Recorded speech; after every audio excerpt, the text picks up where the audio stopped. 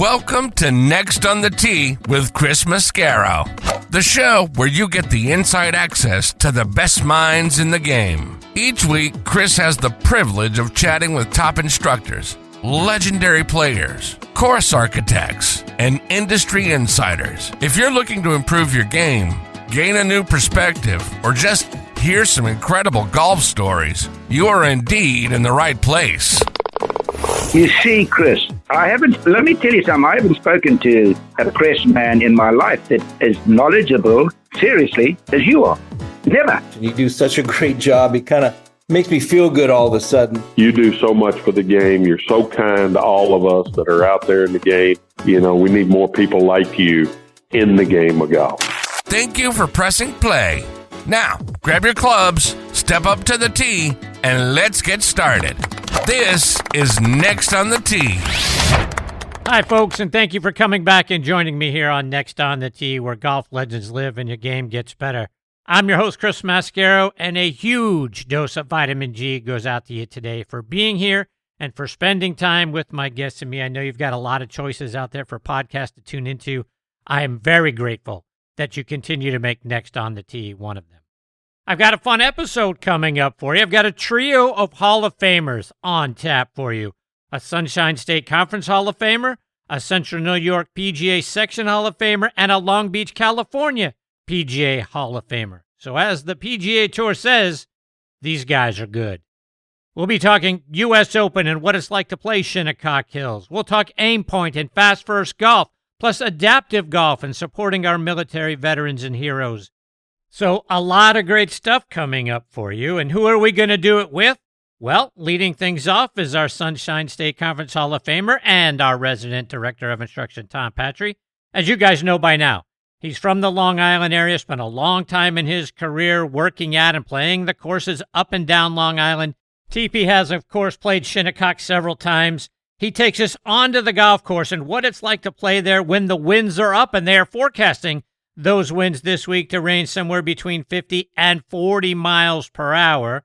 We'll also talk about the history of the U.S. Open when it's been played there, like when Raymond Floyd won it in 1986, Corey Pavin's great win in 95, Retief Goosen in 04, Brooks Koepka making it back-to-back U.S. Open victories when he won there back in 2018.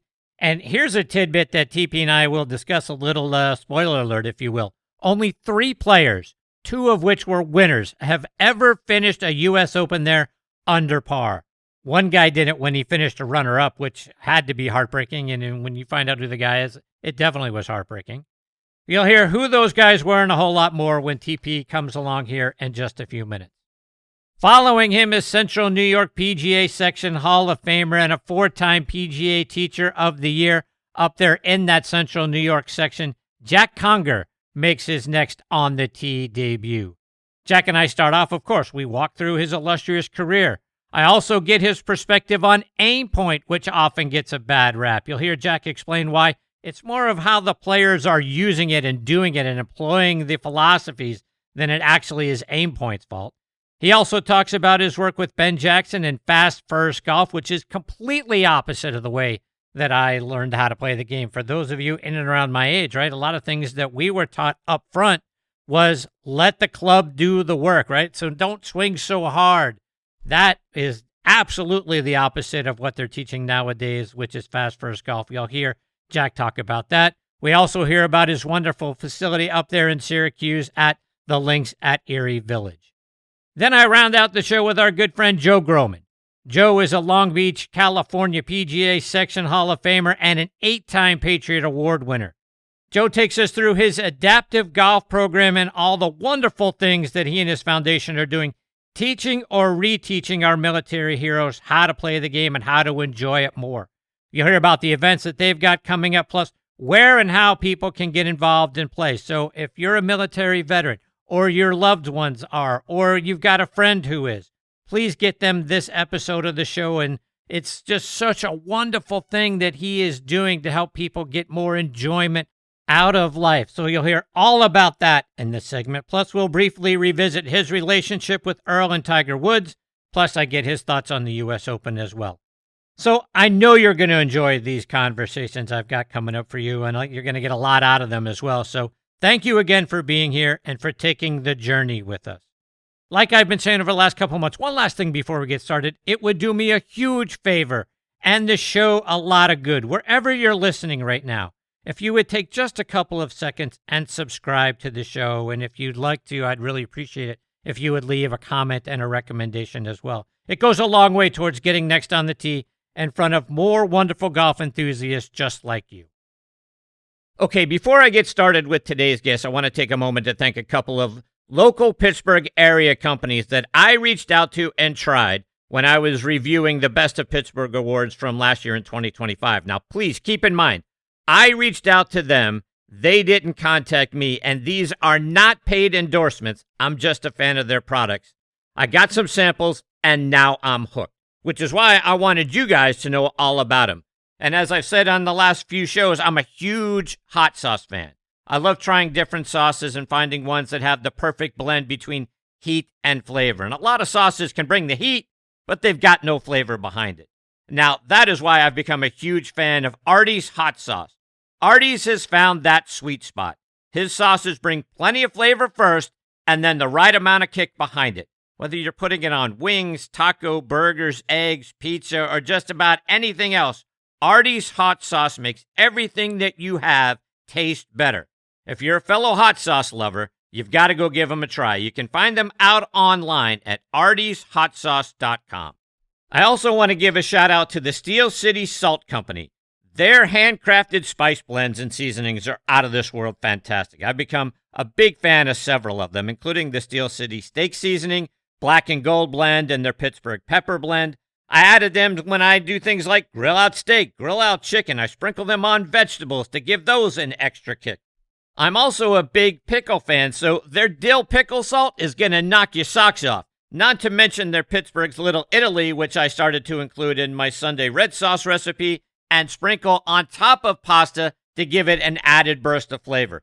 Their Black and Gold Blend, Yinzer Dust, and Love Pittsburgh Everything Salt is great on things like fries, eggs, the baked salmon that I make. John and the crew over there are going to grab you by the taste buds, and they're not going to let go. You're going to enjoy the attention that goes into each and every one of their blends. You're going to love it. I promise you. Go out there and check it out online for yourself. SteelCitySalt.com. You know I also have a huge dose of vitamin G for everybody over at the Pittsburgh Tribune Review and TribLive.com. TribLive.com is the leading news website in Western Pennsylvania with news around the clock, Pittsburgh pro sports coverage, a high school sports network, and a podcast network, which is where you can find Next on the Tee. Bookmark TribLive.com or download the TribLive app for free and stay up to date with the latest news from Western Pennsylvania and beyond. I also want to talk about our friends over at the Pittsburgh Brewing Company and Iron City Beer, a brand that I have loved my whole life and started drinking when I was 21 years old, of course. Whether you're a hacker or a scratcher, the secret to a successful day on the links is knowing when it's time to grab an iron, even if that means keeping it in the bag till the 19th hole.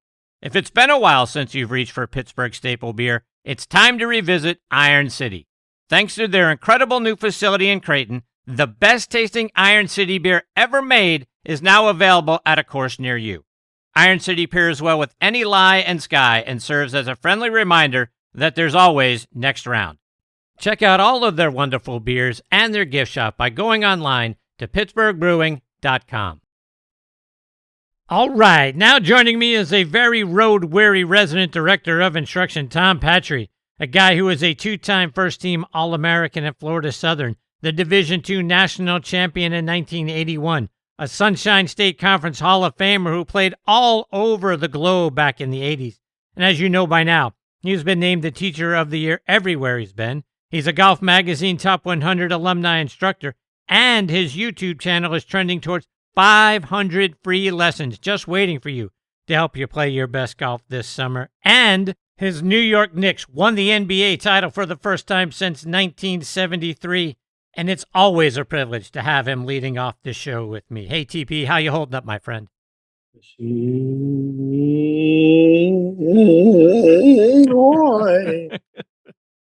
TP, what's going on? How you feeling? You holding up all right? I know you're road weary. I go 5-hour drive out of the car, but it was good. It went kind of 5-hour fast. Spent a couple of days down in Key West with the missus at the house. I did absolutely nothing for 4 days. It was 3.5 days, nothing, zero. I was a detriment to society, and I'm proud. I'm proud of it. That's not all that unusual, to be quite honest. Exactly. Yeah. All right, so I got to get this out of the way because it hurts me because, NBA basketball is irrelevant, but congratulations on your Knicks. Good for you. See, you're not really a sports fan.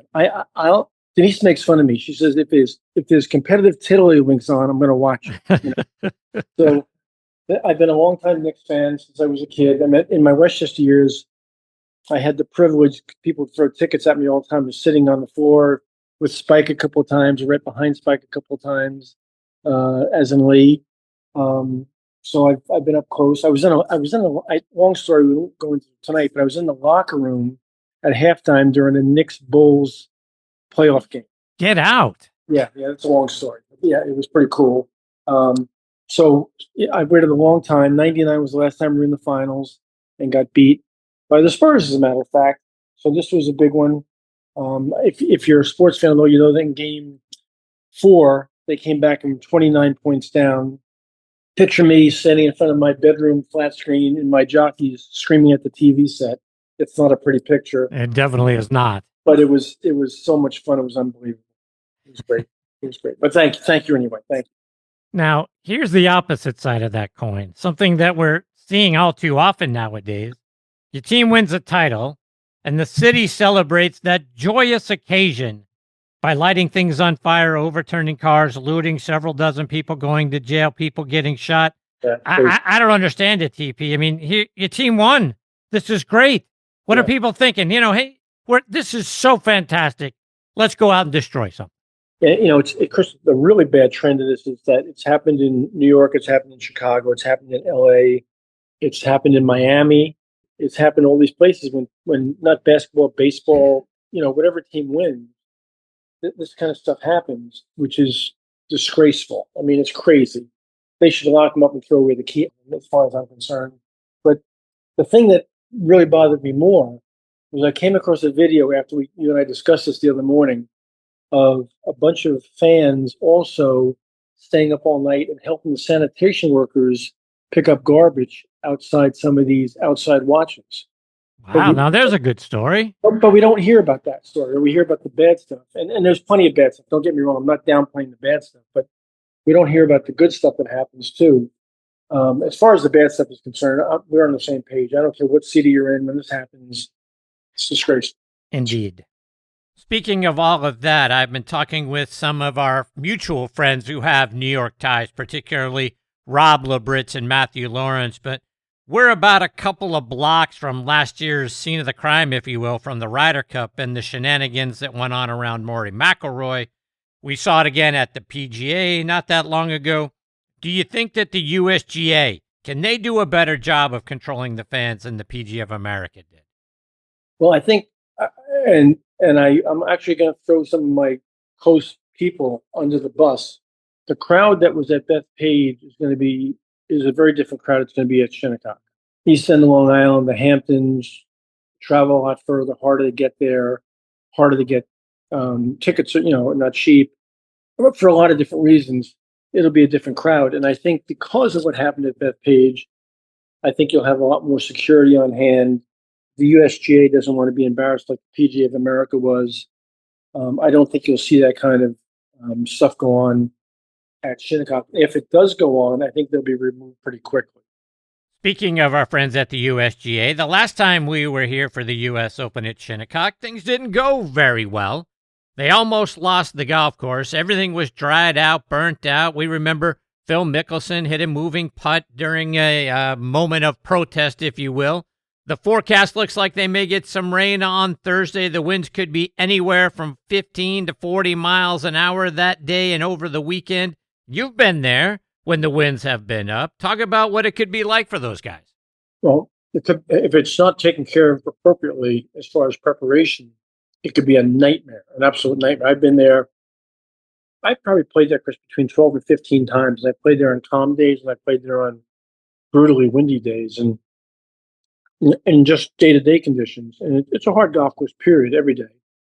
And generally firm and fast every day. When the wind blows there and it's firm and fast, you can't control your golf ball at all. It's just off the charts hard.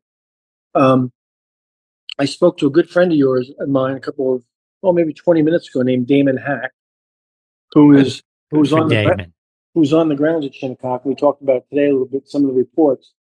The word on the street is that obviously the USGA has seen that forecast, and there's a good chance, it hasn't been decided yet, there's a good chance that on Wednesday afternoon and Wednesday evening, they will put some water on the golf course that they hadn't planned on putting on the golf course to hopefully soften the greens a little bit and may not even cut them. They may cut them Wednesday afternoon and not cut them Thursday morning. That's also being discussed, which would slow them down quite a bit and make it more playable. But the other side of that is if they do all this preparation in preparation for that wind forecast, and then the wind doesn't blow, there may be some unusually low scores first round too. So for people that don't really understand what the difference is, if the wind is up, a golf course that's already probably not wet, right? It's probably been dried out on some level. I'm sure they haven't watered it because they want it to be firm and fast. They do. But if they want it to be firm and fast and the winds get up into the 20, 30, 40 mile an hour range, it's going to dry up, a great deal. We almost lost the golf course the last time it was here in 2018. Again, talking about what we saw from Phil and from other guys. I mean, you get a dried out golf course that gets 30, 40 mile an hour winds on it. Now you're in a lot of trouble. So the USGA, as much as you and I like to bang on them, they're in a pretty tough spot here. They are in a tough spot. And just to give people an idea on US Open conditions on those particular greens that have some slope to them, if the wind blows that hard and it's dry and they don't do something to prepare, you could have a wind delay because balls can come to rest and then be blown off the green. And they could stop play based on wind, which they obviously don't want to see happen on Thursday. So I'm sure the powers that be are really mulling over all the possibilities. And based on history there and being a couple of disasters in the past two Opens there, I would have to think that they'll probably err on the side of extreme caution as far as preparation and what they're going to do to the golf course on Wednesday to prepare for Thursday. Yeah, and we all know that the USGA loves to see the U.S. Open, for whatever reason, winning scores around par, and there haven't been a lot of scores under par at Shinnecock going back to 1986, which we'll talk about in a minute. But if it goes south, I mean, you're talking disaster. So it's obviously, to me, the upside is if it plays a little wetter and a little, it's not as firm and as fast, and balls stay on the greens, and we get some low scores. It's not horrible. That's the worst thing that could happen. But the opposite side of the coin is the worst thing that could happen. Right. So I think, again, based on them having a little mud on their face in two previous Opens, I think they're going to be, I would think, conventional wisdom would say that they're going to be extremely cautious about their preparation for Thursday. And you were telling me you were actually there at Shinnecock in 1986. That's the year Raymond Floyd won. He was the only guy to finish under par that week. He was actually won by 2 strokes over Chip Beck and Lanny Watkins. What stories from that week can you share with us? Well, first of all, that Thursday, if people don't remember, was one of those days. It was overcast, it was slightly rainy, and it blew really hard. And there were some really not so good scores on that Thursday. And it wasn't nearly as... It's hard for people to understand that 86 and 26 were very different agricultural practices. The golf course and what we did with turf grass wasn't as sophisticated as it is today. But in those days, it was as good as it could get. And there were some very high scores. But a little funny story about that day. That afternoon, late in the day, during play, I was standing above the 9th green, which is closest to the clubhouse, very close to the clubhouse. So I was looking down on the 9th green, if you will, and behind me, only maybe 20 steps behind me, was the back of the clubhouse. And there's a door back there, or there was a door back there, I think it's still there, with a couple of steps to come out of the men's locker room. And in those days, they used the men's locker room. Today, they have portable locker rooms that are very, very fancy and bigger, and they don't use the locker room in the clubhouse. But back then they did. And all of a sudden there's a noise behind me of a door kind of slamming. I turned around, and Hubert Green, for the people old enough to remember Hubert Green, and Fuzzy Zeller were arm in arm with their arms wrapped around each other, coming down the stairs, very not so gingerly. And when I realized what was going on, they were absolutely hammered out of their mind. They must have had earlier tea times on Thursday, went in the locker room, had a couple of beverages, and they almost fell on their face coming down the stairs and stumbled around the corner of the car park. And I never laughed so hard in my life because it was so clear what was going on. And there were a lot of people standing around who saw the whole thing. But, after some research you and I did, they both made the cut and both played relatively decently going forward Friday, Saturday, and Sunday. I think a little bit different training methodology than some of the players have today. Yeah, it doesn't sound like the workout facility and the gym were utilized. I don't even know if they had them back in '86, but they certainly weren't headed there. Coming out of there. The only thing they were working out was their right elbow and right wrist. Indeed. In 2004, Tom, the average final score, speaking of big scores, was 78.7 because, like you talk about, the winds were up. Retief Goosen won that year. He finished 4 under par. Ernie Els started the final round only 3 shots back, ended up 11 back. Robert Allenby shot the round of the day with a 70. So if the winds are up on Sunday, it would seem to me like Saturday going into Sunday, the mindset of, well, I'm 10 strokes out of the lead. I'm just going to kind of ride this one out, post my score, get in my car and head home. But if you're anywhere 8 to 10 strokes back, the winds are up and things are going crazy like that, you got to say, I still got a shot here. So I need to take this last round seriously. I may be teeing off way ahead of these guys. Yep. But 8 to 10 strokes is a possibility on Sunday. And having grown up out in that area, Chris, actually right in that area, typically it starts out, calm in the morning and then escalates as the day goes on. So if a guy has a kind of a late morning tee time and he doesn't play in very hard wind and he gets it going big time and he has the round of his life, I wouldn't leave the property. I would hang out because the guys that are leaders in the last 2 or 3 groups go out there and it's blowing 25 or 30 on a Sunday condition in the U.S. Open, and somebody's posted a score that's around even or 1 under or 1 over, that's going to get their attention. That's definitely going to get their attention. Now, the USGA has widened the fairways, if you can believe that, for this year's U.S. Open. They're going to average somewhere between 45 and 48 yards wide. They averaged 41 yards in 2018, but going back to 04, they were only 26 yards wide. But the opposite side of that is if you venture just slightly off the fairways, they're going to be in the schmutz, in the heather, in the high rough. I mean, stuff that's knee high. I saw today some videos of a guy dropping a golf ball in that heather, and you could not see it. And if you didn't know exactly where it was, you probably would have no idea, no way to find it. So the idea of giving them a little more room in the fairway, being precise, but a hop off that fairway, and you're in deep trouble. Yeah, there's 2 sides to that. One, 48 yards wide is really wide. I mean, it's extremely wide for U.S. Open.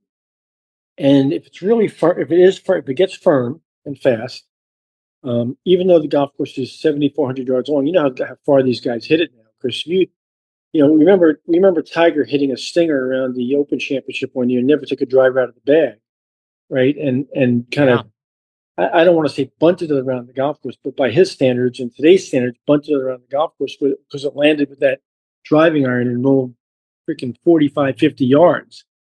So I think management of this situation, since there's no step cut now, it goes from fairway to, like you said, the schmutz right away.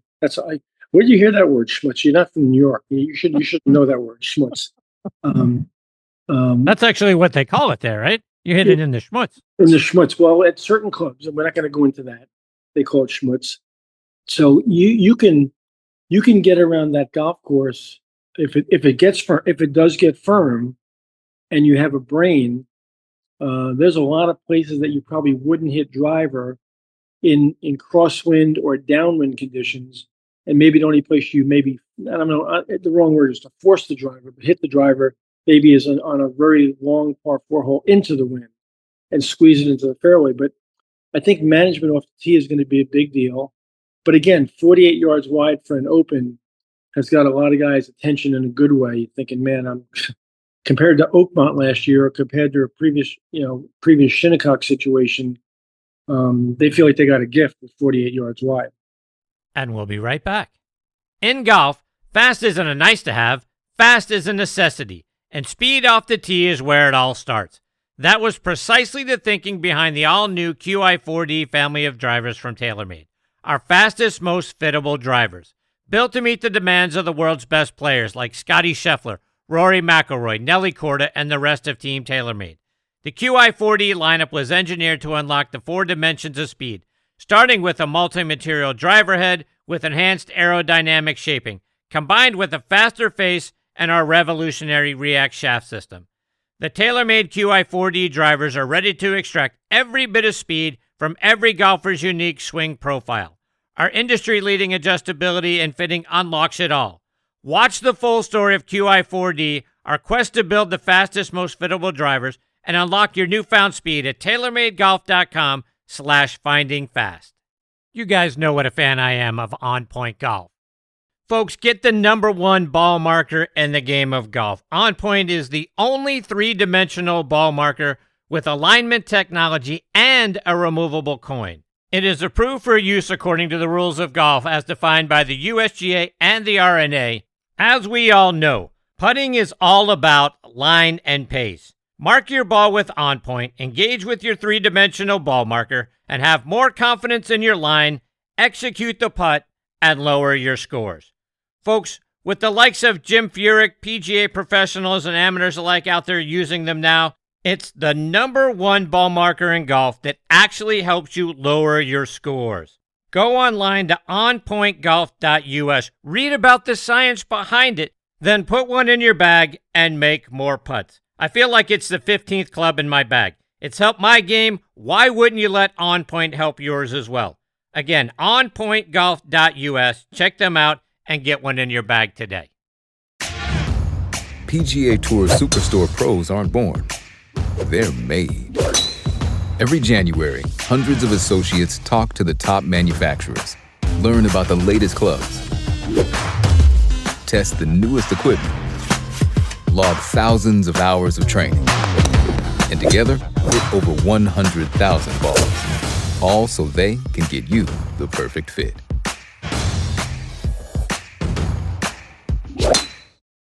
Now let's get back to the show. So overall, Tom, does the course favor one style of player over another, one skill set over another? What's it going to take? I mean, obviously you want to keep the ball in the fairway. You don't want to end up in the schmutz, all that sort of stuff. But does the golf course favor one style of play versus another? I think a guy with a little flatter ball flight, like a Matthew Fitzpatrick or a Fleetwood that, plays the ball down a little bit more in general trajectory terms and hits it through a lower window, has a slight advantage. If one of the longer guys comes into this event really driving the ball well, I mean, really well, I'm thinking of guys that, I don't know if you saw the interview today with Brooks Koepka, because we was concerned about his hand. Seems like he was fine, and obviously won here before, with fairways a lot tighter than they are now. A guy that hits the ball pretty long and is really hitting it straight right now is driving the ball good. John Rahm, a player like that. If Rory has a good driving week, can really hit it down the fairway quite a ways, because the greens are small targets. The greens are, even though these fairways are wide, the greens play very small. There's a lot of runoff on these greens. They play smaller than their square footage, if that's understandable. And a guy can drive it down there and get a shorter club in their hand, hitting it into those greens versus 5, 6, or 7 iron. That's a big deal. That's a big deal. So when you look at how the field is handicapped this week, Tom, you mentioned some of the players, but Scottie and Rory are, of course, the odds-on favorites to win, followed by John Rahm, your boy Cam Young, and they're at the top, Tommy Fleetwood, Matt Fitzpatrick, Ludwig Oberg. Do you think the winner comes out of that group, or do you like somebody else? I'm a big Tommy Fleetwood fan, and I'm a big Cam Young fan. So that's where my heart is. But we've seen it before. Did anybody think back in the day on a golf course as long as it was, even in the day, that Corey Pavin would win at Shinnecock? nobody in their right mind, anybody would have thought, looking at that field sheet, that Corey Pavin was going to be the winner that week. If they did say that and think that and said that in advance, I would examine them for a drug habit. Nobody saw that coming. Nobody saw that coming. So Shinnecock has produced really different winners. I mean, Raymond, Retief, Corey, Koepka, all very different, players in the way they go about things. So, yeah, there's obviously odds-on favorites because of skill sets and history and world rankings, et cetera, et cetera. But Shinnecock's going to require a lot of patience. It's going to require a lot of skill around the greens. I don't care how good a ball striker you are, you're going to have to get up and down in some pretty interesting places because of how small the greens play. So I'm just going to pull a name out of my hat here. A guy like Brian Harmon, who hits it hits it really straight, and is kind of sneaky long, and is really good around the greens, is certainly a possibility. So I don't think it lends itself to a particular style of play. You have to have a lot of patience out there, and one of those days, at least one of those days, that wind's going to blow really hard. That's the day you got to survive. You got to get in the house with 70, 71, or 72, and not 77 or 78 on that day to blow yourself out of the tournament. So that whatever that day is, whether it's Thursday or Sunday, when they get some weather or they get some wind, that's the day where you have to keep your head on your neck. All right, so you mentioned the word patience. And over the 5 U.S. Opens held there, only 3 players have ever finished a tournament under par. Yep. Goosen did it in 2004, 4 under par. Raymond Floyd, we talked about in 86, was 1 under par. Phil Mickelson did it, unfortunately for him, in a losing effort in 04. He finished second to Goosen. Pavin in 95 finished even. 2018, Brooks ended up at 1 over. So talk about patience, because it feels like one of the things you've got to have your mindset focused on is, I'm going to have a bad hole. I'm going to make a bogey. I might make a double, but I got to keep my head to, like you said, screw it on right. Because if I can just take my medicine and move on and not make one hole into 4 bad holes, now I can still stay in the golf tournament, because everybody is likely going to make bogeys in a double or 2 out here. So just keep it in, in perspective. Play your game and don't get caught up in the bad hole, right? Have that patience. That could go a long way for you on the mental side of the game. No, I agree 1,000%. I mean, it's a grueling test over 4 days. It's a very different test than an Augusta test, than a PGA Championship test, and it's not really like a Open Championship test, because Open Championship test, the greens are relatively flat for the Open Championship traditionally, and they're by American standards, they're slow. So you can run the ball on the green, you can bump around the green. These greens at Shinnecock have a lot of runoff on all 4 sides. You know what Trevino called the 11th hole, the par 3, right? No, what's that? He called it the shortest par 5 in America. I mean, and I can't describe to somebody who hasn't been there. 11 it can be a pitching wedge to a 7-iron for these guys. It's not a very long hole. Green is perched up on a little hill in front of you, and looking at the green from the tee, it's petrifying. It looks like a thimble up there with slope on all 4 sides. There's about a 4x4 square area you have to land the golf ball for not to run off the green. And if it runs off the green, the up and down, you can chip it across the green 3 times and not hit a bad shot. It's brutal. And if it's windy on that hole, it's terrifying. And it's a very short par 3 hole, but it's a lot of greens at Shinnecock like that. And that's an extreme where you catch an edge, or you get the ball spinning a little bit one way or spinning a little bit the other way, and all of a sudden you get this shot that's up and down. That's like it's petrifying. It really is. Some of the up and downs that you have to make. It's not easy around the greens at all. And you were telling me you actually had one of your best rounds of golf ever there, right? So without using any names, Chris, thanks for the plug. During my Westchester years, a member of mine who was a pretty good player asked me if I'd go out and play 2 rounds of golf against his son-in-law and another friend of ours who actually died in the World Trade Center, as a matter of fact. Oh, A guy named Frank Brennan, God rest his soul, who was a wonderful guy. And they're all pretty good players. And we were going to play Atlantic the first day and Shinnecock the second day. And he said, "Don't worry, but I got everything covered." They were not playing for $5. I'll tell you at the end what happened, but they were not playing for $5. And I knew what they were playing for. And we played Atlantic the first day under pretty docile conditions. Atlantic's a very good golf course. And we're going along, and this is the God's honest truth. At Atlantic the day before, I birdie 15, 16, 17, and 18 and shoot 72. Birdie the last 4 holes in a row. And every time the match was close, every time I buried the hole, they went press. They started the press bet. If everybody knows what that means, whatever you're playing for, when they go press, they start another bet from that point on, and then another bet. So they press on 15, 16, 17, 18. I make 4 birdies in a row, and it's worth a lot of money. So we go to Shinnecock the next day, and it's a little bit windy, not terribly windy, but it was a pretty good day. And we're going along, and I birdie 15, 16, 17, and I chip in from behind the green downhill out of some rough on 18 for the 4th birdie in a row. And they go in press, wow.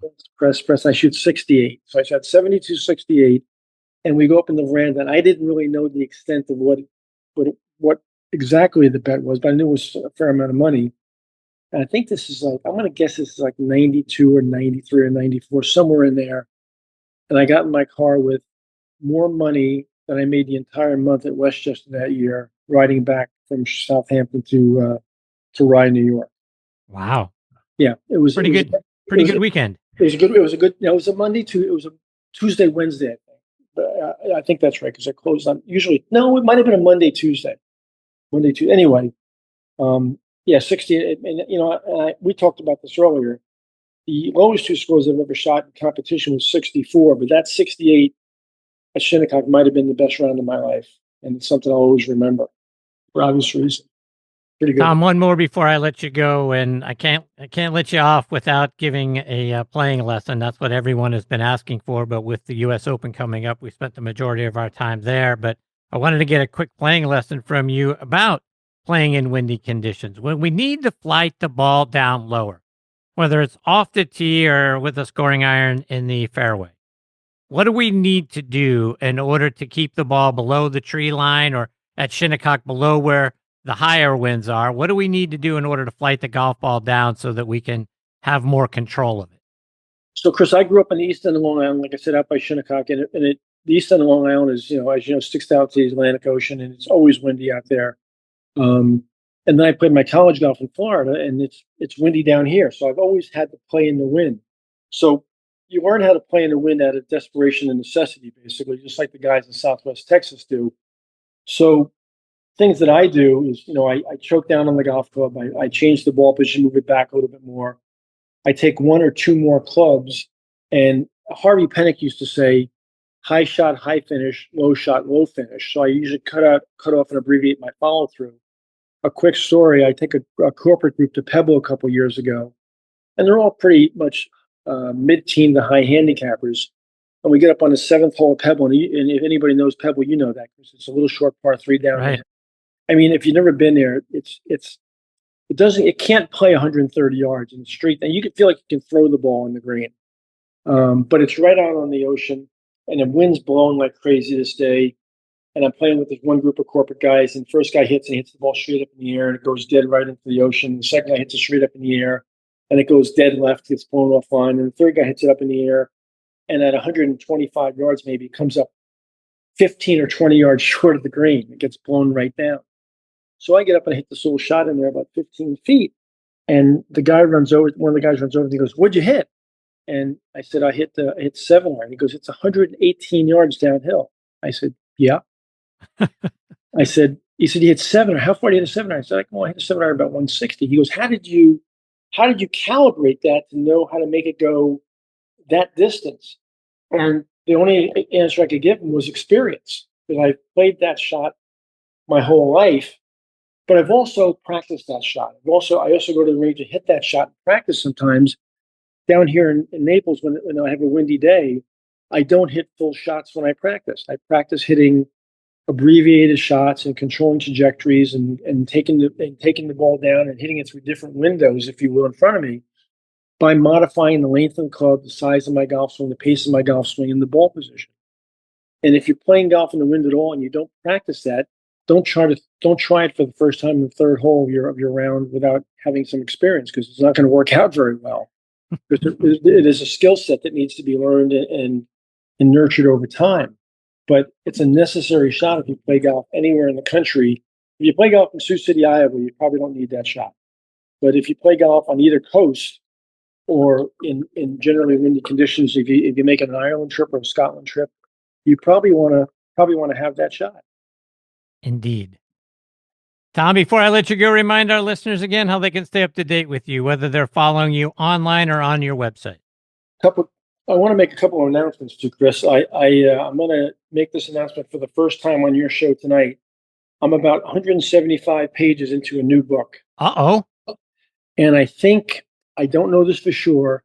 I have a meeting with a ghostwriter, a format person, and a publisher in about 10 days up in Tampa.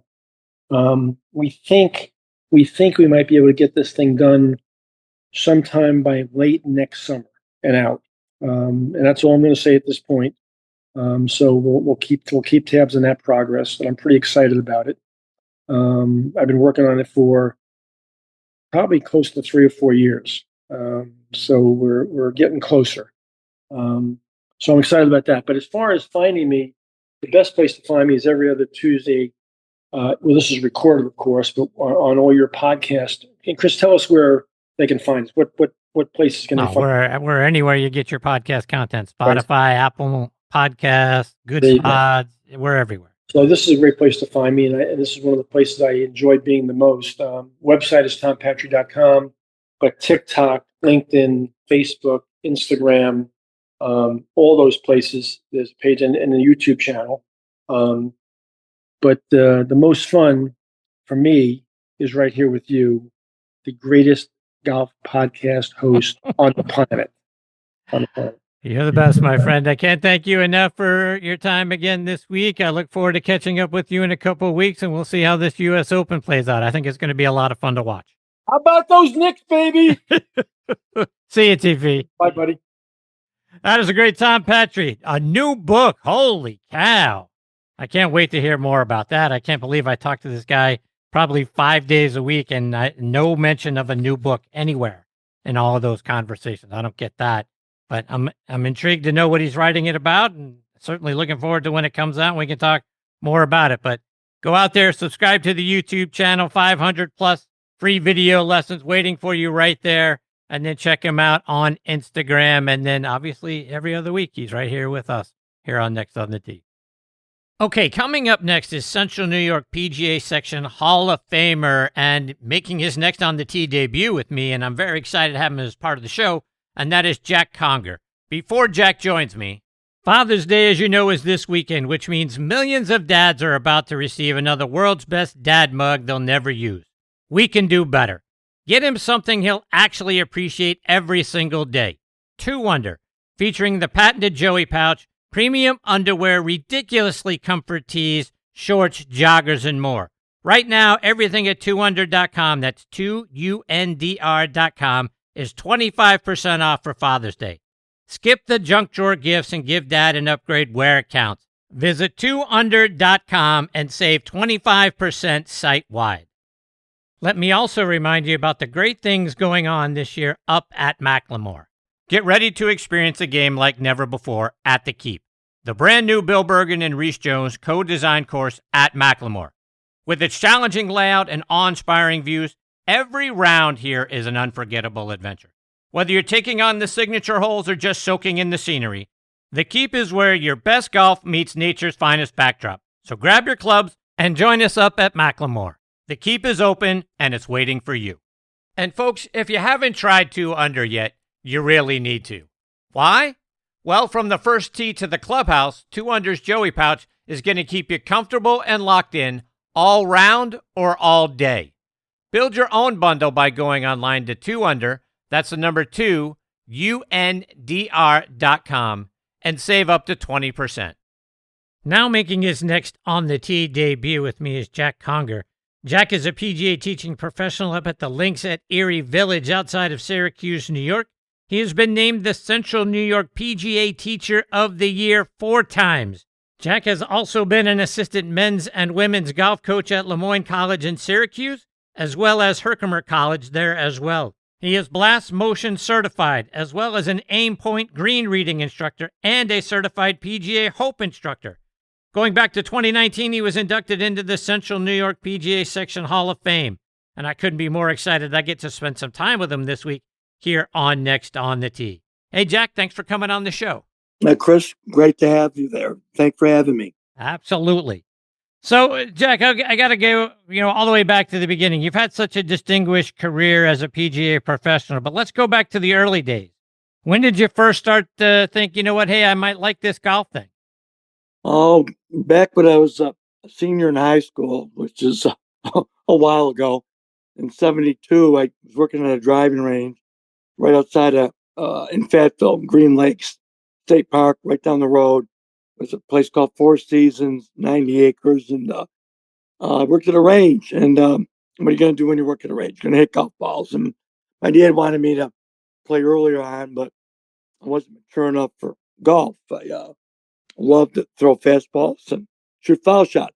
So my two loves were basketball, baseball, and skiing.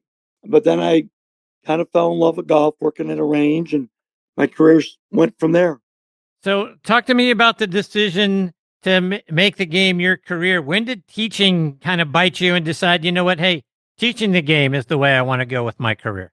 Well, you all think you're a good teacher, and then you get somebody you can't really fix. And I was fortunate, very fortunate, to meet a guy named Mike Bender, and he's like Mary, and in 2000. And I started my tutelage, mentorship, whatever you want to call it, working with him in January 2000. I go down to the PGA show, and I went over to his academy 3 days early, spent 3 days with him. I hired him to come up to Lafayette Country Club. At the time, I was a head pro, and we did 5 golf academies. They were 3-day academies, 4 hours in the morning for 8 people, 4 hours in the afternoon for 8 people. We did 5 in 4 years. So I really learned from him. He was my main mentor in learning how to teach. And you fall in love with teaching when you know you can help people and it becomes your joy. And that's where it is now. So, Jack, when I look at all of your Teacher of the Year awards, along with your Player Development Awards, those speak volumes about how great you are at what you do. What did it mean for you 35 years ago to receive that very first Teacher of the Year award? Was that a moment when it really sunk in for you that, yeah, you know what, I'm pretty good at this? Well, it sunk in. It was 2004. I've only been with Bender for 4 years. I knew I had a lot more to learn, but I felt very confident at that time that I could help people. But I don't know where it come from, Chris, but I knew and I love learning, and I'm the why guy. Somebody has a problem, but I want to know why they have that problem. So then you can really, for a better phrase, fix them and educate them how to get their change. So if you understand the golf swing the way Mike taught me, and you can pull it apart and put it back together again, you can fix anybody. You can explain it to them. They can understand it. You teach them how to practice correctly. And you see improvement. And that's the joy. Yes, we charge for lessons. It's not free, but the joy is really giving back. At this age, I'm 72, and I became a certified AimPoint instructor. AimPoint works, and I learned it in 2016. I got certified in 2024, and it works. It's math, blast motion, tempo. It works. I'm working with a gentleman now, Ben Jackson. He's 90. He taught me how to teach speed. I didn't know how to teach speed. So I can take somebody and teach them how to hit it further. And when you hit it further, it sounds crazy, but you hit it straighter. So I'm almost at the top of Mount Everest right now because I can help people. I know how to mechanically from Mike Bender. I know how to teach speed and drills and exercises from Mr. Ben Jackson. And what people don't get is if you swing not harder, faster, you hit it straighter. So it's really this last 3 months, we're on to something new with Mr. Jackson. It's changing golf, and I'm so excited about it. And I'm sharing it with people, and they're seeing results. And it's like, I don't want to say the word magic, but it's like magic. All right, so there's a lot there that I want to unpack, and Sure. we'll get to that in a minute. But from 1991, you fast forward nearly 30 years forward. Yeah. You win the award again for being the coach of the year. Yeah, that was in 2006, 2 years later. And then I didn't win it till 2020, I think, 2020. And then a year or two later, and then Hall of Fame came in 2019. Mr. Joe Tesori nominated me a couple of times, and I didn't think I was ready. And there's paperwork to do with the section. I felt I was ready in 2019. He nominated me in 2017, 2018. So you got to feel comfortable being ready. It's tough bragging about yourself when you start writing about yourself, putting resumes together and what you've achieved. I'm not big on that, but you got to do it to let people know. So you obviously, I mean, I was embarrassed when you went on with all my awards when you introduced me, and yes, I did all that. You forget because you're too busy trying to get better, to helping people. But it fell into place. I don't do this to win awards. It just happens. You talked a moment ago about AimPoint and how it works. I mean, AimPoint, I think, has gotten kind of a bad rap out there, particularly on the PGA Tour. People, I think, associate it with long play, guys out on the greens, taking too long, it just slowing play down, things of that nature. Yep. But you say it works. Talk about why it works and what math is involved. I'm certainly not asking you to take us through all of AimPoint because we don't have that kind of time, but still. Well, yeah. Well, first of all, Mark Sweeney, he invented it in 2004. He lives in Orlando. I heard about it, saw it. I investigated it in 2016. And every time I investigate something, I'm the guinea pig. I went to Mike Bender, make me a better ball striker, make me a better teacher. I didn't know how to teach speed. I went to Ben Jackson. Well, Mark Sweeney they didn't come up with it. He found out our eyes don't read curves well, but we can feel slope in our feet. So basically, you walk the line that the putt is on, you feel the slope, you give it a number, a grade, percentage of grade. You buy a level. I mean, the most expensive one out there made in Germany, it's $300. You buy a level, you hit percentage of grade, you put it on the green, it tells you how much percent. Well, if 3% grade, you put 3 fingers up. If it's 2%, you put up 2. It just happens to work that way.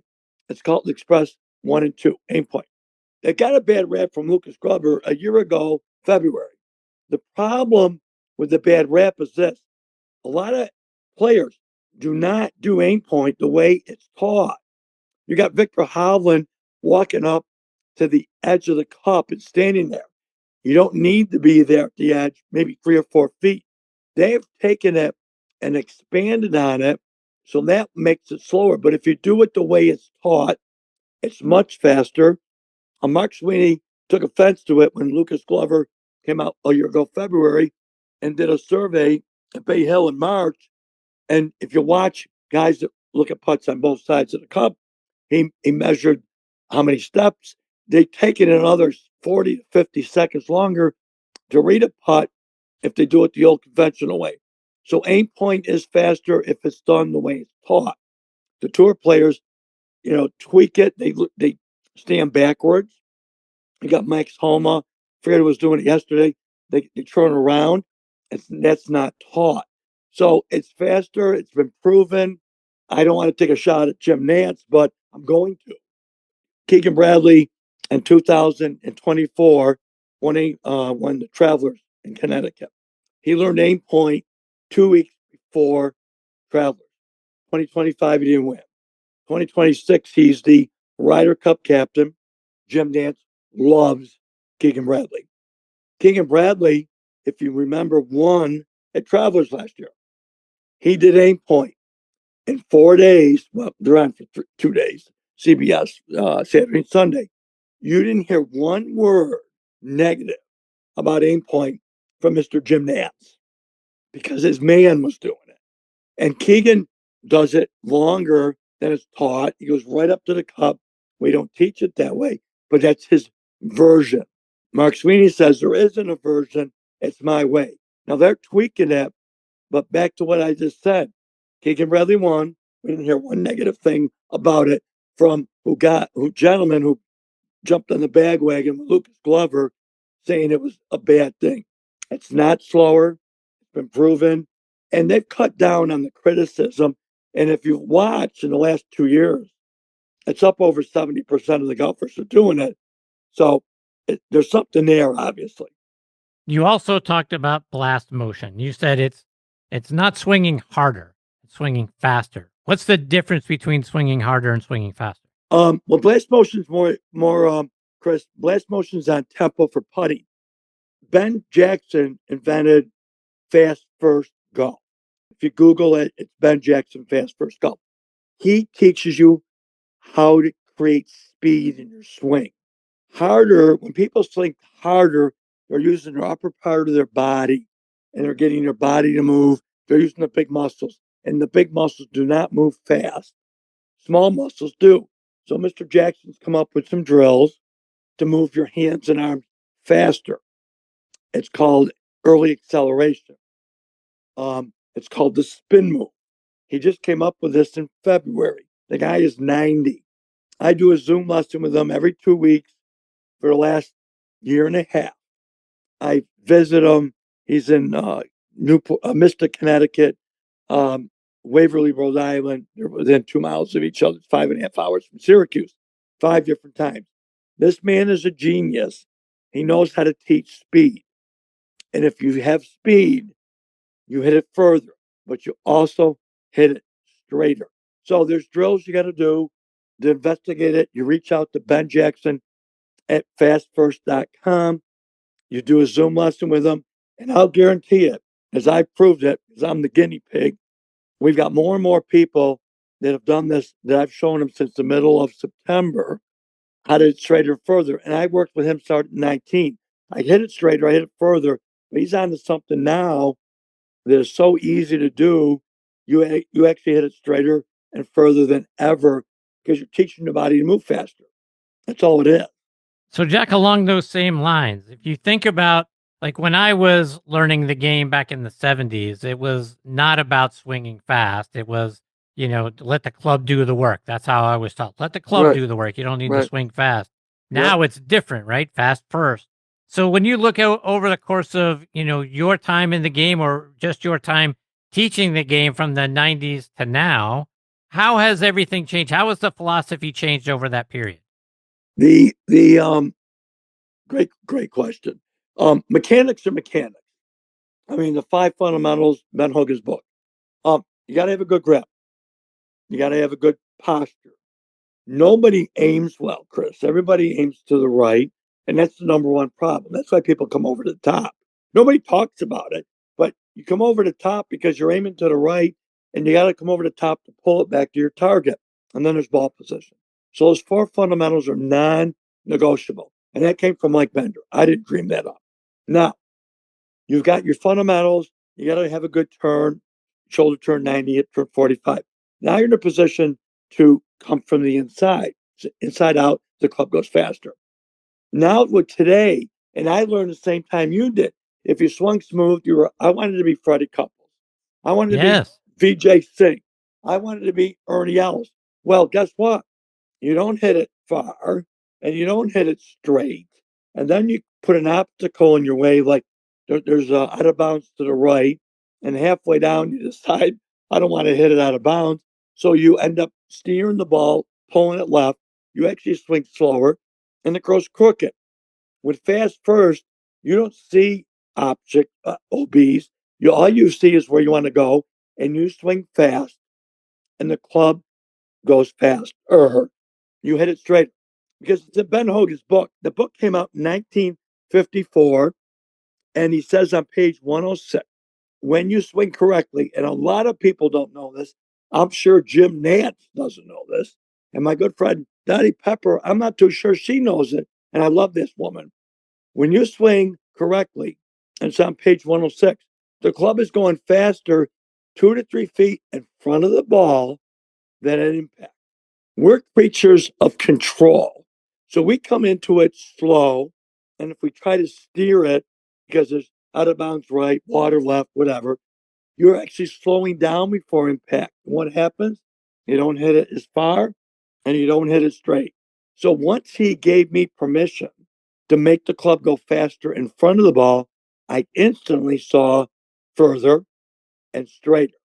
So, and that book came out in 54.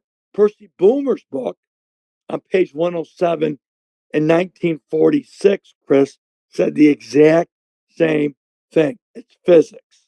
So we try to steer it. It doesn't work. And we hit it crooked and we don't hit it far. So you got to give up control to gain control. And Bob Rotella said that in his first book, Golf's Not a Game of Perfect. That's easier said than done. But when you learn to swing fast, it's amazing. Yeah, you hit it an iron further. You hit it 10, 20, 30 yards further with the driver. But what you see is straight. So you can hear my voice. I'm ecstatic about this. I mean, I got giddy teaching AimPoint because it's math. A 2 and 2 is 4, 2 is 6. It's not changing. If you learn from an AimPoint certified instructor, there's only 300 in the world, you will make putts you've never made. Everybody underreads. Roy McIlroy, if you watch him, he lost at Pinehurst to Bryson. He missed a putt on the low side. Roy does not do AimPoint. Fleetwood does AimPoint. If you overread, the ball's not going to go as far past the hole than if you underread. And if you overread a little bit, it could fall in from the top. If you underread, it's not falling in from the bottom. So guys that don't do AimPoint, watch them this week. The more critical the greens are, the faster the greens are, the more radical the slope is. Donald Ross green. You will see AimPoint guys don't miss on the low side. Guys that don't do AimPoint do miss on the low side, and they're not going to make a putt if it's on the low side. So AimPoint works. It's math. He's figured it out. He's been doing it for 22 years. He's tweaked it and tweaked it and tweaked it. And you're Adam Scott, Stacey Lewis, Justin Rose, Lydia Cole. Brian Gay was the first guy to do it. You make more putts than you'll ever make. And if you don't make the putt, you don't three putt. When you miss on the low side, the ball goes further away. So AimPoint works. I mean, I wouldn't be telling you this if it didn't, because why lie? So there's all these answers. The cell phone. I mean, look what it is today. What was it 20 years ago? It's our computer. We can text on it. We can get emails on it. Golf's gone that way. So when people go, why are these guys shooting these low scores? And these women, there's more technology. There's more math. It works. And that's just what it is. Jack, just a couple more before I let you go. And I want you Sure. to let people know about what you've got up there. For those that aren't familiar with the links at Erie Village, Yes. talk about the golf course and what you have available there. Okay, well, it's an upscale public facility. It was built 25 years ago. It has bent grass greens, fairways, and tees. The only two facilities in Syracuse, around Syracuse, is Turning Stone, which is 30 minutes away. They have 3 great golf courses and a par 3 course, all bent grass. And then there's Timber Banks in Beeville that was built 10, 12 years ago, bent grass. So we have bent grass, great putting on bent grass. Upscale facility, really cool. Got a great practice facility, short game area, putting green, practice range. I'm located there. I have an indoor academy as well as outdoor, so I can teach year round. I use a flight scope launch monitor. I have putting greens, so I can teach you year round, indoors, outdoors. It's easy located in Syracuse. It's pricely fared. It's everything that everybody wants. And in Central New York, golf is very inexpensive. It's $52 during the week. Weekends is $62. And people come there, Chris, and say, "Why is it so cheap? What's wrong with the facility?" And nothing's wrong with the facility. I mean, we got Robert Trent Jones, famous golf architect, 3 miles away, Green Lake State Park. It's the third golf course he ever designed. It's $37 to play a New York State golf course. It's phenomenal. It doesn't have bent grass, but it's the third layout he ever did. He did his first 2 in Rochester. Very well-known name. Everybody loves it, and it's talk about inexpensive. So that's what we have. We're open year-round. It's upscale public. You can go online and get a tee time. And I'm happy to be affiliated with the place because when my, 18 and 26 years of being at a private club, you know how to treat people. It's a public facility, but you treat them like they're members. They love coming back. And it's a fun golf course to play. It's a link style, a lot of water. It reminds you of Florida, but it's fun. It's challenging. And we have more than just one golf course in Central New York that is that way. Jack, for people that are now dying to get a lesson from you and to follow you, how can they stay up to date with the great things that you're out there doing, whether they're doing it online or they're doing it on social media? Well, you can reach me. My cell number is 315-436-8122. You can email me, which would be great. It's Jack Conger, Conger, at PGA.com. I'm a proud member of being a PGA member since 1980. I'm on the mentoring committee of the Central New York PGA, and we're doing a lot of great things. We've got a lot of great young people getting into the game, associates. You can find me at those 2 places. My website is cnygolfacademy.com. I want to say thank you for reaching out to me. I'm not too sure where you got my name, who told you to speak to this guy, Jack Conger in Syracuse, but I'm going to tell you it was a pleasure and it was an honor to be able to be on this show. Well, I can't thank you enough, Jack, for taking time out of your day to come and be a part of it. I hope this is the first of many visits. You're a lot of fun, my friend. A lot more to learn from you. I will. Do you go to the PGA show, Chris? I do. Well, then let's set a date. I'll reach out to you, not today or tomorrow, but I will reach out to you. Let's meet at the show. We'll have lunch, dinner, and I would love to talk to you because, in my age, I still am learning. I love to learn and I love to share, and I would love to meet you and just have a nice chat. Same here. Okay, Jack, sir. Thank you. Take care. All the best to you and your family. We'll catch up soon. Thank you, sir. See you, Jack. That is the great Jack Conger, folks. Conger is the spelling of his last name. Jack Conger at PGA.com is where you can email him. He gave his phone number, 315-436-8122. And you can find him online at the website, CNY, Central New York, golfacademy.com. There's a lot that I took away from and a lot that I really want to spend some more time with Jack to learn even more fully, right? AimPoint is something that as like I say, it's got a bad connotation. Sometimes it's gotten a bad rap, but if it's math, it is something that we can all do. So learning more of the ins and outs of that is something that I'm excited to learn more from Jack. And then, further and straighter, that's another thing I wanted to get more time with him. So maybe next time around, because boy, further and straighter are the 2 things that we all want to do, particularly with our driver. How do we get there? Right? I mean, sometimes you think about, well, if you swing harder or faster, it's just going to go faster left or right. How is it also straighter? That's something we want to get from Jack next time. But here are a couple things that I wrote down that I love about what he said. Helping people. Those 2 words. I could hear it in his voice about how much he enjoys helping people. He talked about exactly that. That's where your joy is. That's where his joy is. How great is that? To get an instructor whose joy comes from helping you play better. That's outstanding, right? And then, to talk about Ben Jackson, a guy who's teaching speed at the age of 90 years old. I mean, how great is that? Fastfirst.com. I want to go check that out. I encourage you to go look that up as well. But Jack's fantastic. I really enjoyed that segment. I hope you did too. And we will certainly get Jack back on the show. And I certainly look forward to spending some time with him next year down at the PGA Merchandise Show. And we'll be right back. Golf season is back. And Sunday Swagger just made sure you're going to be ready. Their new spring collection just dropped. They've got 60 bold, performance-driven styles for men, women, and youth. And if all that isn't enough, well, they just linked up with Pennzoil and Team Penske for a race-inspired collection that brings serious trackside energy to the fairways. With styles for men, women, and youth, you're guaranteed to turn heads and spark conversation when you wear Sunday Swagger. Visit SundaySwagger.com, join the Sunday Club for exclusive drops and member benefits, and folks, Sunday Swagger is going to give you what? Polos with personality. Again, check them out online, SundaySwagger.com. All right, now back to more of the show.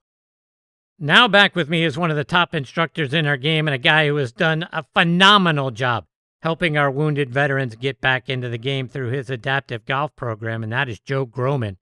Joe played his college golf at Cypress College, where he was the team MVP. He transferred to Cal State Fullerton and played there briefly before turning pro. He's been a head golf pro at great golf courses like Whittier Narrows, Chester, Washington, the Navy course at Seal Beach, where he met Earl and Tiger Woods back when Tiger was only 13 years of age. Joe also spent time at El Dorado Park Golf Course in Long Beach, California. He's now down in the Stewart and Jupiter area of Florida. Joe was named the 2013 Southern California PGA Professional of the Year. In 2016, he was inducted into the Long Beach Hall of Fame. He's an 8-time recipient of the PGA of America's Patriot Award. And it's great having him back with me again this week here on Next on the Tee. Hey, Joe, thanks for coming back on the show. Chris, good. Thanks for the kind words, man. Appreciate you having me back on the show again. So, Joe, we're not that far removed from Memorial Day. And like I was saying in your intro, you do such wonderful work with our military heroes. Remind our listeners about the great things that you're doing out there through your adaptive golf program. Well, right now here in South Florida, we're running 2 veteran programs a week. I also have down at Camp Pendleton for 20 years. We still do our monthly clinic there. We still do our weekly clinics out of the Long Beach, VA with my West Coast team. We got an event in upstate New York in July. We did our 12th annual Masters Monday Veteran Tournament, Veteran Clinic, 3rd annual in Holly Tree. We did an event in Phoenix in April for the veterans. We're doing another 2 in October on Veterans Day. We're bringing 32 vets down to the Royal Palm Yacht and Country Club in Boca Raton. Be the 3rd year we're doing that. And yeah, we're in 6 states doing things. Mostly here, I'm just doing the 2 vet classes a week. You know, there are therapeutic golf classes, we call them. It's just about having a great time, really. You're going to get the quality golf instruction, of course, but it's really about the veterans. Most of these guys are Vietnam guys, and they just need a place to go decompress. So we give them that opportunity, bring a couple of bad jokes, and everybody has a couple of really great time. Let's take that a step further, because as you allude to there, right, the positive impact that our game has, getting people out of the house to start with, getting them into a beautiful setting like our golf courses are, being around other people of similar backgrounds, other military veterans, other people dealing with the same things that you are going through. Talk about the positive impact all of those things have. Absolutely. This morning I did my veteran class, and a lot of the guys are regulars now. So what I do in the beginning is everyone goes around and we do the circle of sharing. You know, everyone goes around and just throws out whatever they want to say, whatever they did, however they played. And as the weeks go on, everybody gets to know each other better and better and better. And really, there's no other place you can build something like that than on a driving range, you know, out in nature, right? Out in the sun. And, you know, I like at Camp Pendleton, you know, that's when the Iraq war was going on. And, you know, some of these guys were saying that this program was saving their lives. We all got those stories. And really for therapy, I don't think there's, you know, a greater therapeutic sport than golf, really, just because of the way you're out there and you're together with people and you're all you have a common goal and, you know, you're able to share, you know, some of the friendships and relationships we've seen build between the veterans out there. It's just beautiful, you know. Had a guy lost his wife, you know, he had nowhere to go but the golf class with where all his veteran buddies were. And where else can you find that, you know, really, for these guys? And you've got some remarkable players. I saw one young man who lost an arm, but the guy's pumping it out there 330 yards. I mean, the amazing skills that these guys develop and bring. I mean, it's not like this is, I don't know what adjective to use, but I mean, these guys are players. I mean, these guys have a lot of great skills. Talk about teaching them or reteaching them the golf swing and some of the great stories that you're seeing for how well these guys are playing. Oh, I'm glad you saw that. That particular guy that you saw that post on was Alex Forey, who you should have on your show. He's a very interesting guy. He's from the Ukraine. He lost his right arm. He's done amazing work. He's brought over 5,000 Ukrainian orphans for adoption to America. So he does that. It's just amazing. But yeah, the video I showed was he hit one arm, 309 yards right down the middle at the PGA Club in the United States Disabled Golf Association Championship. I was caddying for him. And I've been involved with all these different guys. Most of these really good players have their own programming going on. So they'll have me, like the North American One-Arm Golfers Association invites me to come do a clinic for their kids at their national championship. The Amputee Alliance has us come do a golf experience. So I work, adaptive golf's kind of my thing. And guys like Alex out there and Brett Lang out in California, some of these guys are just my guy in California, who I'm excited to say I'm doing the first adaptive golf tournament in Long Beach, and I'm naming it after him. Brett Lang has MS and it's getting bad. So we're going to do this tournament for him. But these guys they're in it. They know the value of golf just for them personally. So they're able to help others through golf because they themselves have been helped through the game. But Alex, yeah, that drive you saw was 309. He did hit another one, 330. It was unbelievable. I cut with one arm. Unbelievable. Yeah, it is unbelievable. Talking a moment ago about people dealing with paralysis, when we saw each other a couple of years ago at the PGA Merchandise Show, you are working with a company that provides specialized carts for people who aren't able to walk so that they can also learn how to play the game using something similar to what we see Hall of Famer Dennis Walters uses when he plays or when he's doing his show. Talk about the work you're doing with that group. Yeah, that was the second iteration of the Paragolfer with Stand Up and Play USA. It's now called the Verticap, but basically it's a machine that we could put a paralyzed from the waist down person in the machine, or someone who has very bad mobility issues, strap them in, it stands them up and they can swing. And the greatest event in my adaptive golf programming that I see is when you put someone in this chair who hasn't golfed or stood up for years. You stand them up for the first time and then they're golfing again. I'm just working with a guy right now named Bill. We got one where I'm at right now. And he was a big time golfer. They botched the surgery, and the next thing you know, he's paralyzed. He didn't even know he could golf. Then he saw one of these things, found out where he could do it. I hooked up with him. He stood up, and it was just, it's just a really, really special experience when these guys get into that paragolfer. And they have, at the USDGA, that's an actual, they have paragolfer division for golfers. So they can get out and play tournament golf.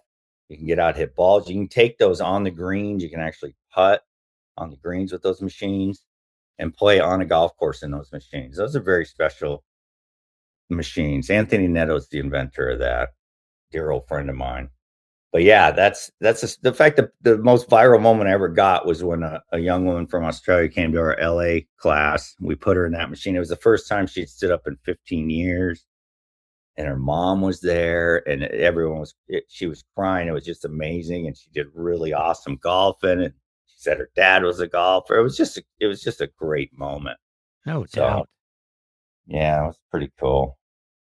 You and your foundation have hosted a few events so far this year. You had one in April. You did a couple more in May. But looking out into the future, you've got a couple more scheduled for later this year in October and November.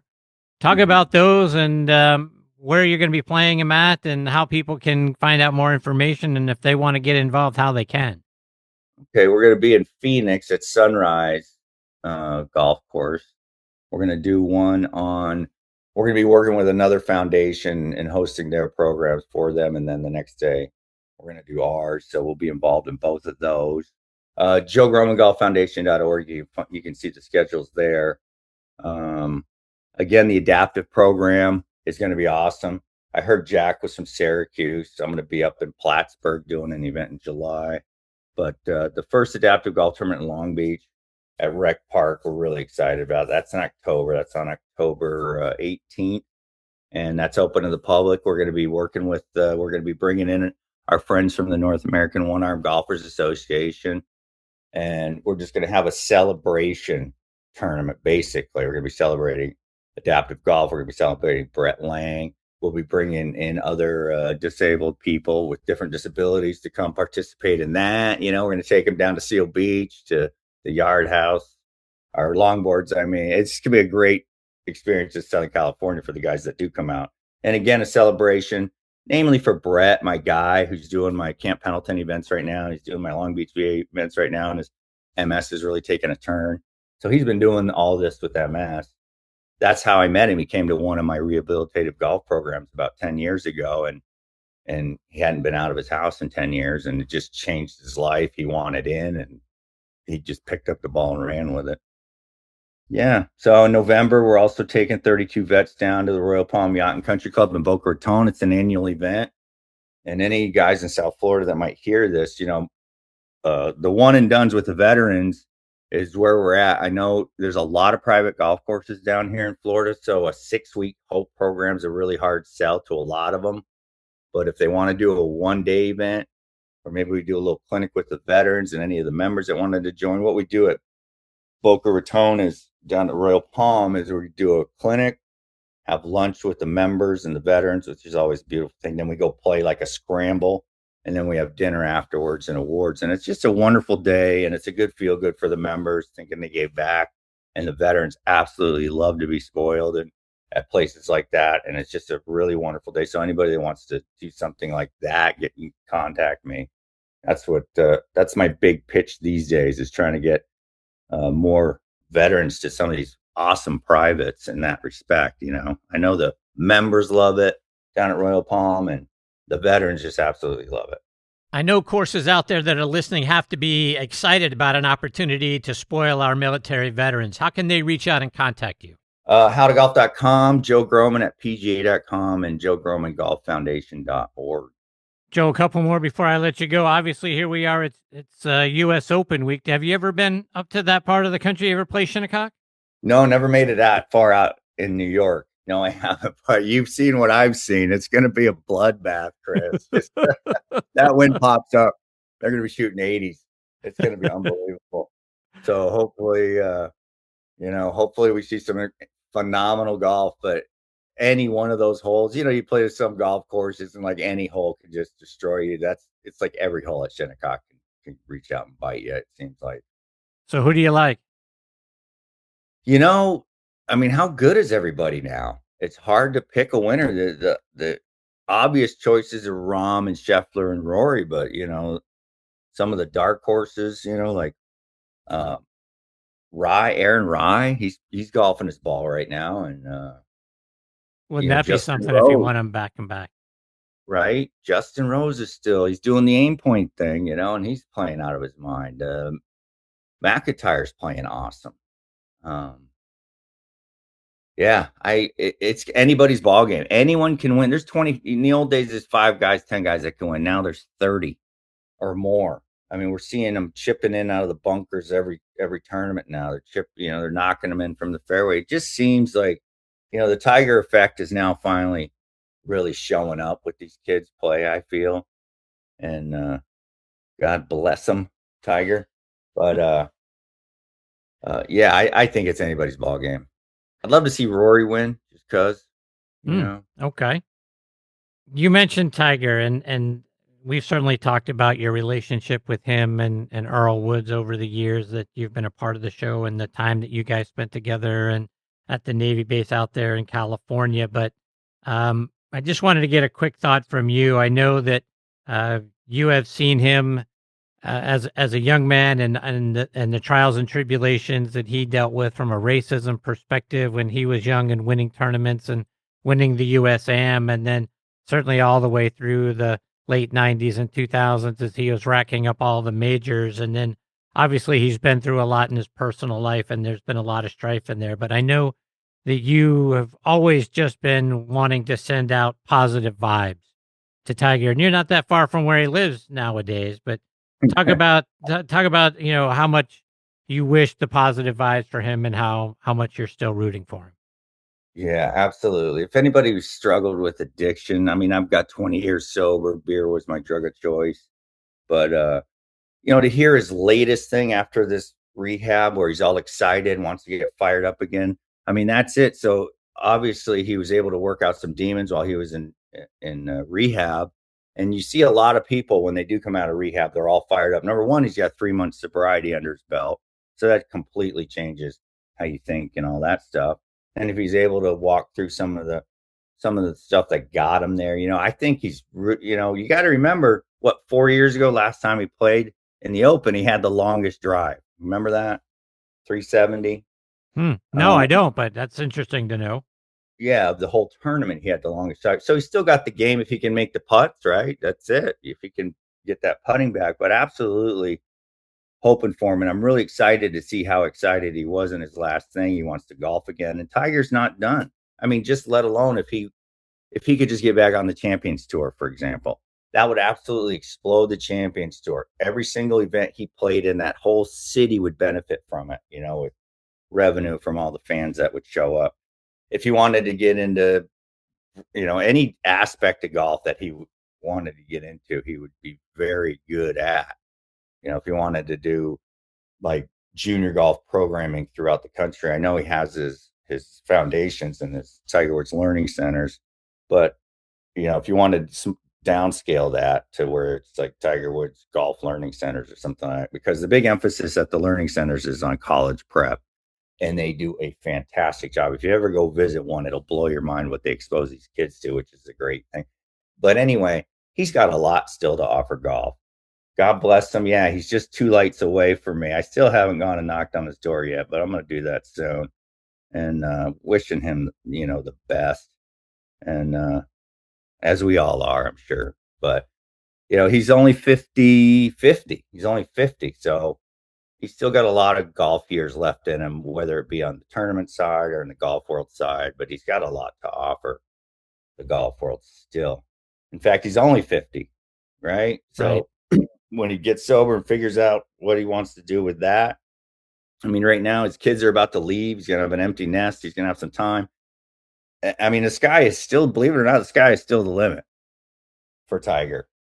So hopefully his injuries aren't so bad that he can't, do some pain alleviation through exercise and whatever he needs to do there to avoid getting in the same boat he got into with the prescription pills. But wishing him absolutely the best. And I'm having a good time with my junior program too, because I get to dish. I'm down here in South Florida. It's surprising, Chris, how many kids have never heard of Tiger Woods. I'm going to tell you that right now. Is that right? Tiger, you need to come back. You need to come back, Tiger. These 10 and unders never heard of you. So let's get back to the game. But able to use some of the, the Team Tiger blueprint. It's first tee thing. So, you do the 9 core values.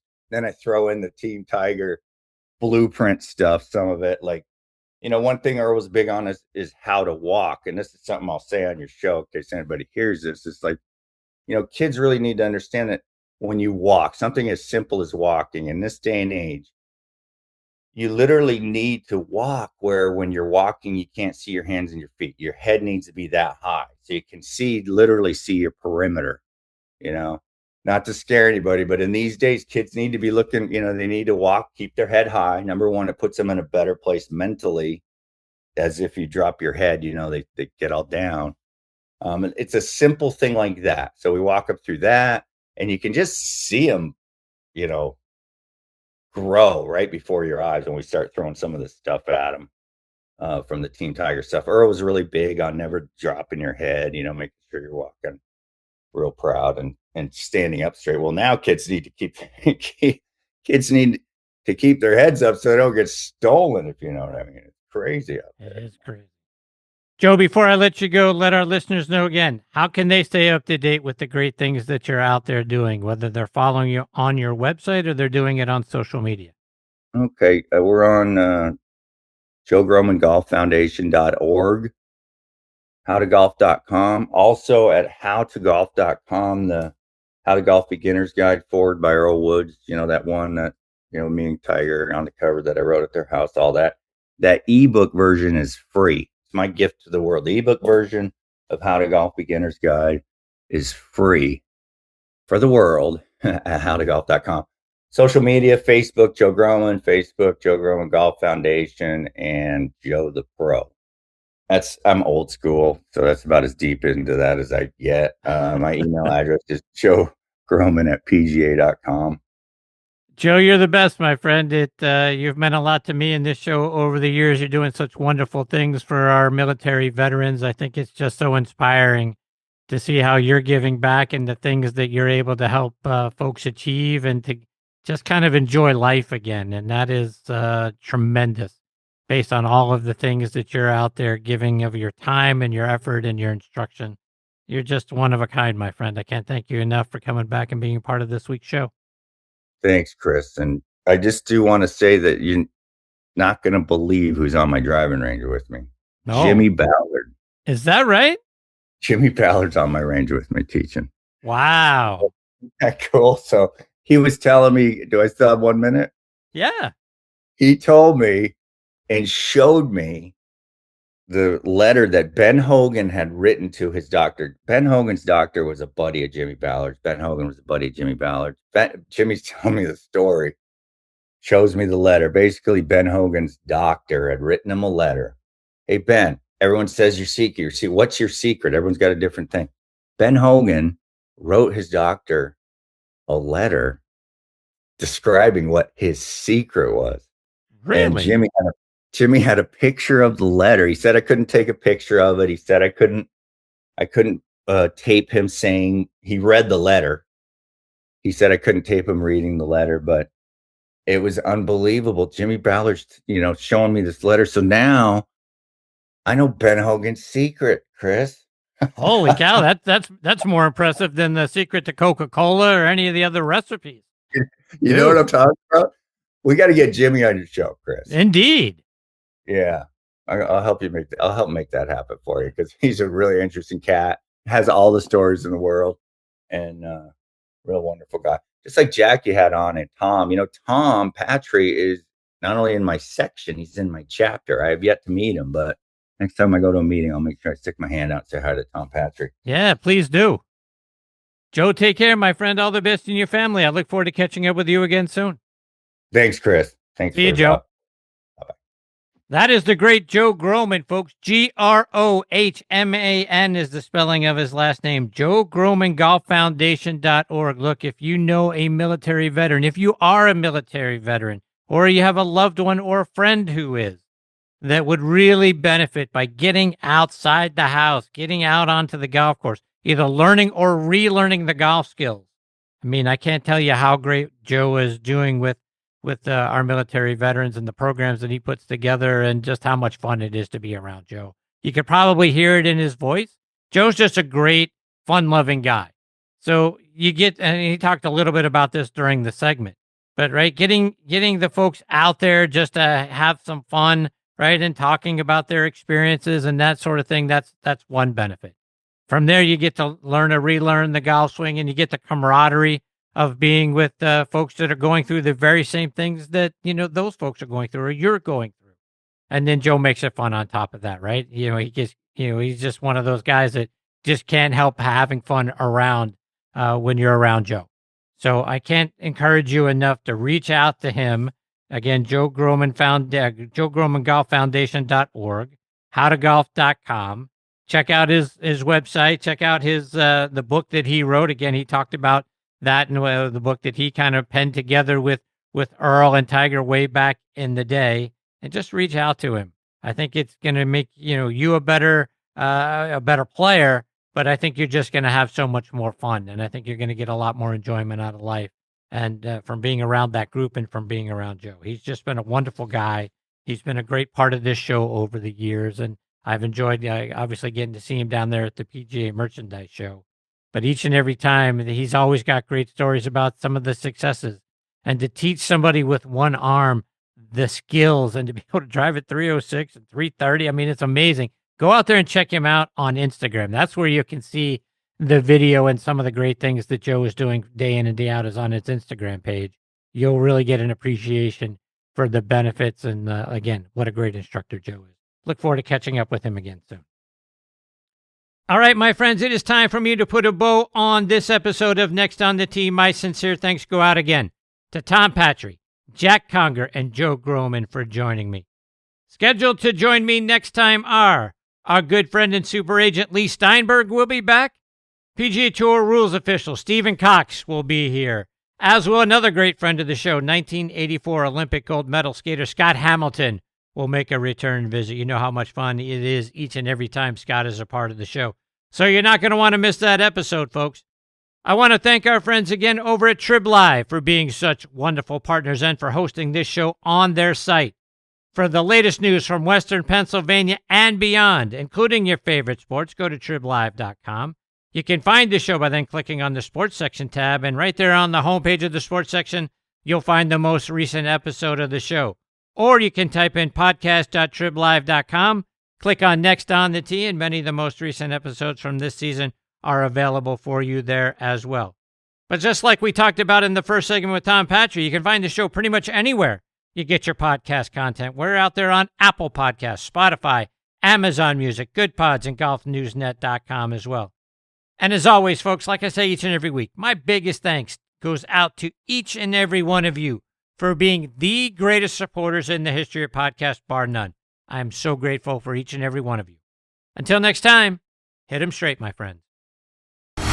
Thanks for joining Chris again this week on Next on the Tee. We hope you enjoyed the conversations as much as we did.